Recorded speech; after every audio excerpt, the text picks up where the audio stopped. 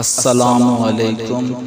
मैं आप सब से गुजारिश करूँगा कि एक मरतबा सूरत फातिहा और 3 मरतबा सूरत इखलास पढ़ के इनका सवाब उन मुसलमानों तक पहुँचा दें जो इस दुनिया फानी से जा चुके हैं। इमाम अली अलैहिस्सलाम की खिदमत में एक शख्स आया और दस्ते अदब को जोड़ के अर्ज़ करने लगा, या अली, मैं बीमारियों से बचना चाहता हूँ, क्या करूँ?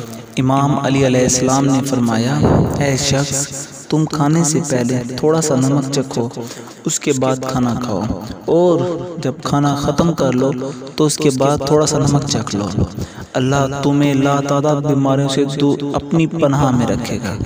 और जब घर से बाहर निकलो तो थोड़ा सा नमक चख के उसके बाद बाहर निकलो, तो अल्लाह तुम्हें हसद और नज़र से अपनी पनाह में रखेगा।